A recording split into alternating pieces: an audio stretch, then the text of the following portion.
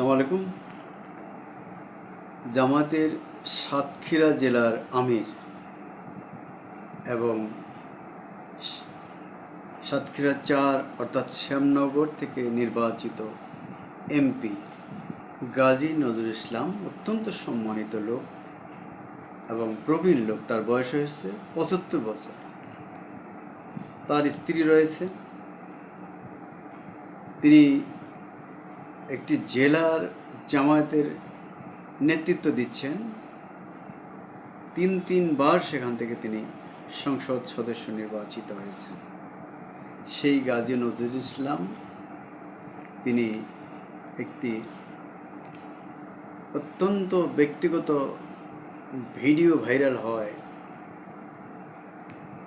সামাজিক যোগাযোগ মাধ্যমে ব্যাপক হইচই শুরু হয় এবং তিনি মেট্রিক পাস 18 বছর বয়স্ক একজন মেয়ে চাকরি প্রার্থী, তাকে নিয়ে তিনি একটা রুমে একান্তে ছিলেন। তিনি কি করেছেন আমরা জানি না, তবে অনেক অনুমান করছেন যে তিনি অন্যায় কিছু করেছেন। এই হইচের মধ্যে তিনি হঠাৎ করে দাবি করে ফেললেন যে এটা তার দ্বিতীয় স্ত্রী, নাম মরিয়ম।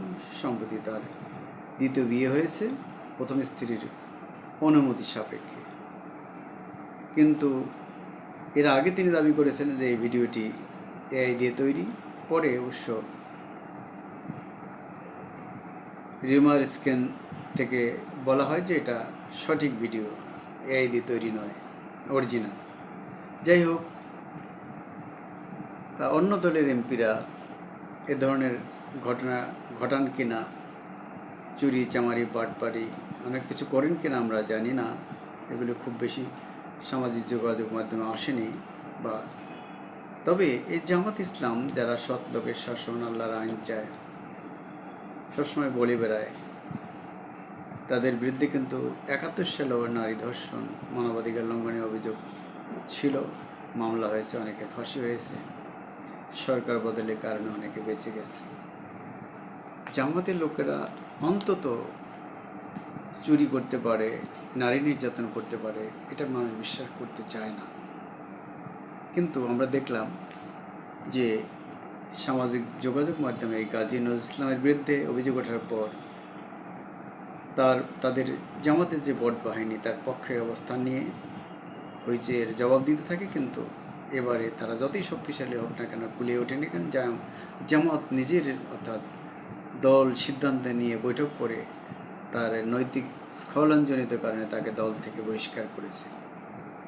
এবং এ নিয়ে সাতক্ষীরায় বিএনপি সহ অন্য দলের লোকেরা মিষ্টি বিতরণ করেছে, তার উল্লাস করেছে।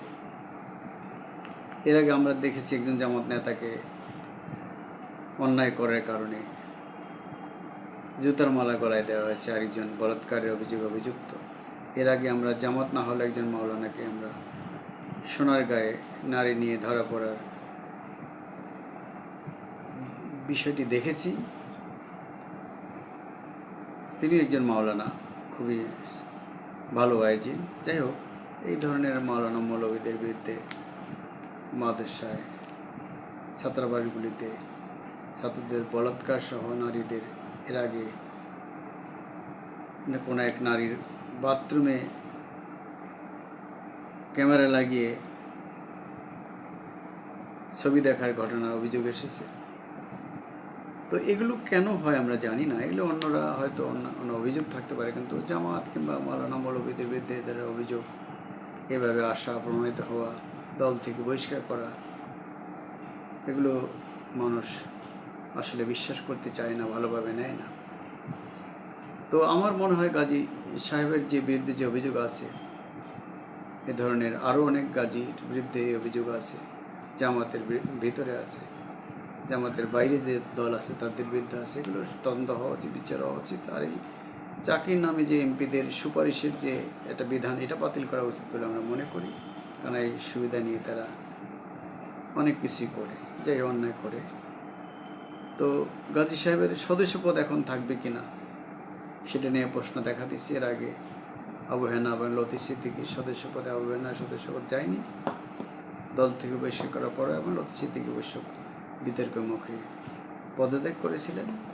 কিন্তু গাজী সাহেব কী করবেন আমরা জানি না। তাহলে অনেকে বলছেন যে দলের নমিনেশন নিয়ে যেহেতু তিনি নির্বাচন করেছেন, তিনি আর সদস্য এমপি থাকবেন না।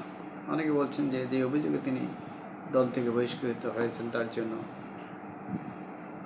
সদস্যপদ যাওয়ার কোনো বিধান নেই। যাই হোক, এটা নিয়ে বিতর্ক আছে, আমরা অপেক্ষায় থাকবো। অবশ্যই নির্বাচন কমিশনে অভিযোগ করবে, জামাত ইসলামে জানিয়েছে। নির্বাচন কমিশন সিদ্ধান্ত গ্রহণ করবে। কমিশনের সিদ্ধান্ত অনুযায়ী যদি পছন্দ অপছন্দ না হয় তাহলে সেখানে আদালতে গড়াবে বিষয়টা। তবে এইসব বিষয়ে খুব স্পর্শকাতর এবং যিনি এই অভিযুক্ত তার নিজে থেকেই পদত্যাগ করা উচিত এবং বিচার যাতে প্রভাবমুক্ত থাকতে পারে তার বিচার হওয়া উচিত। যেহেতু যদি সে ধর্ষণ বা কোনো কিছু করে থাকে সেগুলোর জন্য তার বিচার অবশ্যই হতে হবে, মামলা হতে হবে এবং যথাযথ নিয়ম অনুযায়ী ব্যবস্থা নেওয়া হবে। তো এই জন্য আমি মনে করি যে দলের পক্ষ থেকে তো তাড়াতাড়ি তাকে বহিষ্কার না করে সত্যি তিনি কোনো অপরাধ করেছেন কিনা এটা তদন্ত হওয়া উচিত ছিল আরও বেশি বড় পরিসরে, এবং তারপরেই ব্যবস্থা নেওয়া উচিত হবে। আগে ব্যবস্থা নেওয়াটা যুক্তিসঙ্গত বলে আমি মনে করিনি, কারণ উনি একজন, আবারও বলছি, যে আমাদের আমির, জেলার অত্যন্ত দায়িত্বশীল ব্যক্তি।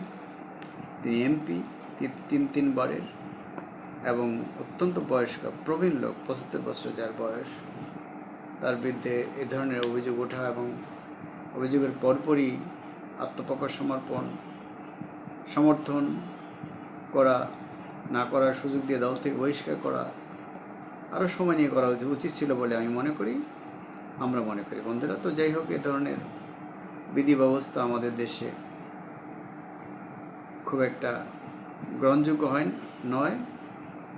মানুষ এগুলো কোনো এক সম্মানিত ব্যক্তি করবে পছন্দ করে না, যে কারণে হয়েছে এটা একটু বেশি হয়েছে। আমি মনে করি জামাত বা অন্যান্য দলে যাদের ধরনের বদ অভ্যাস আছে, চুরি চামারি, চাঁদাবাজি, লুটপাট, নারী ধর্ষণের মতো, নারীদের সাথে দুর্ব্যবহারের মতো অভিযোগ যাদের বিরুদ্ধে আছে তাদের সতর্ক হওয়া উচিত এবং তাদের ভবিষ্যতে এইসব বিষয়ে শাস্তিটা দৃষ্টান্তমূলক হওয়া উচিত। বন্ধুরা, ডিবেট উইথ রানা এবং নিউ বাংলা টিভির পক্ষ থেকে আপনাদের শুভেচ্ছা, স্বাগতম। আমরা চ্যানেলগুলোকে সাবস্ক্রাইব, লাইক, শেয়ার করার জন্য অনুরোধ করব এবং আমি যাতে আরেকটি ভিডিও করার প্রেরণা লাভ করি সেই সুযোগ দেওয়ার জন্য আপনাদের প্রতি আমি কৃতজ্ঞ থাকব। খোদা হাফেজ, আসসালামু আলাইকুম।